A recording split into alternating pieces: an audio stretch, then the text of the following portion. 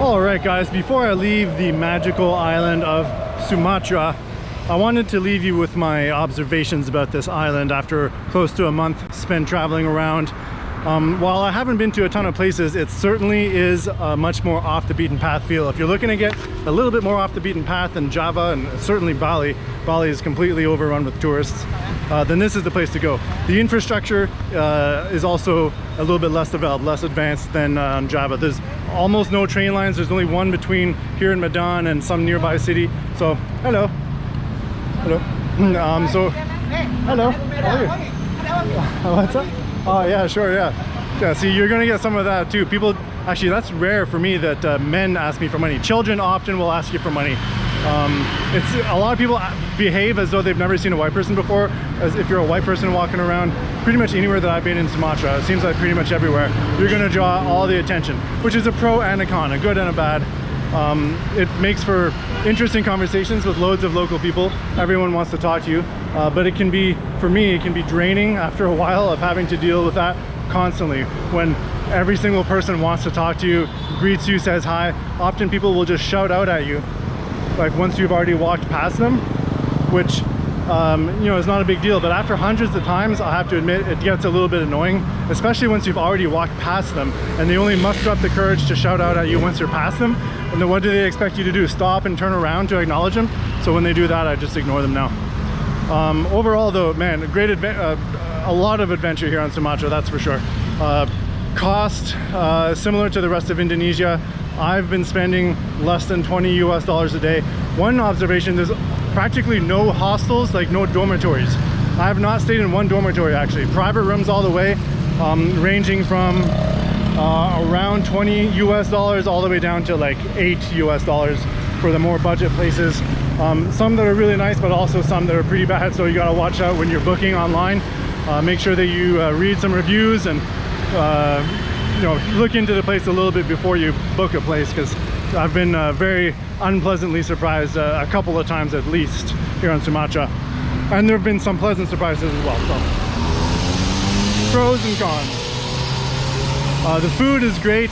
I like Indonesian food. It's fairly inexpensive. I eat exclusively in little warungs, like the little local restaurants where you can get a meal for usually 10,000 to 15,000, so like 65 cents to about $1 US for a pretty decent sized meal. We're talking like the basic things like bakso ayam, soto ayam, mie goreng, nasi goreng, like the regular basic inexpensive Indonesian dishes. What else? Yeah, the roads are not what you would obviously you would expect the roads to not be the best quality here in Indonesia.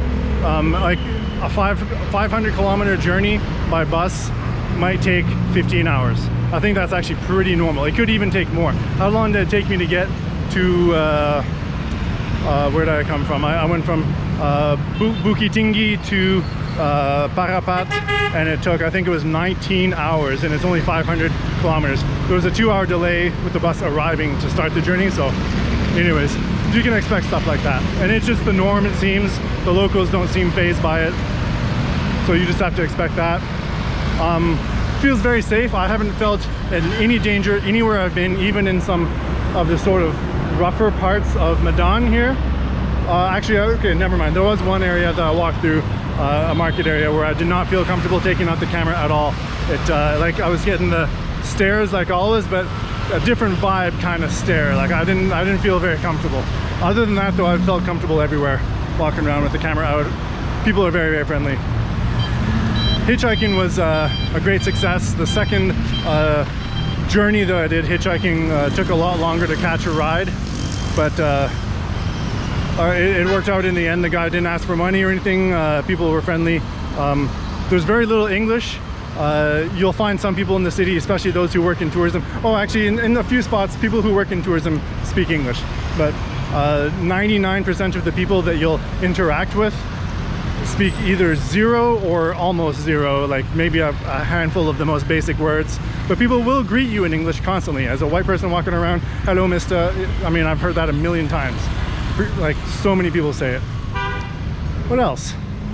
Yeah, it seems to always be the rainy season here. I was looking at the climate data, and every month has at the very least a normal average amount of rain. There's no dry months, ranging from like normal amount of rain to very rainy. So that puts a damper on my travels, because I like to wild camp, which is not as easy if it's raining, and I like to hitchhike. Renting a scooter was made more difficult. The one scooter journey that I did, I was seeking shelter the whole time because it was raining most of the day, unfortunately. Yeah, what else? Yeah, SIM card. I didn't bother with the SIM card this time around because, you know, I just didn't get one on arrival. Hello. And after that, I believe you have to register your SIM card with your passport in order to set it up on your phone. And so you can't do it just any old place if you're a foreigner, if you have a foreign phone or a passport or whatever. So you can only do it in certain areas, like in airports. So because I didn't do it when I arrived, I just decided I'm going to try to do it without, and it was good. I had no problems at all traveling. I would just book my accommodations in advance using the Wi-Fi at my previous accommodation, and I download maps offline, so I don't need data for that. Hello, sir. Hello, how are you? Good. Yeah, so overall, a great experience. I absolutely would come back to Sumatra. There's many places I didn't go to. The distances are huge, and the 1 month Indonesian visa goes by pretty fast if you're trying to spend a few days in each location. It's honestly not even enough time to just visit one island, Sumatra, although it is an enormous island. So yeah, overall, it's been a great experience. I highly recommend traveling to Sumatra if you're looking for a little bit more adventure, getting off the beaten path a little bit. I'll check in with you guys soon in the next video.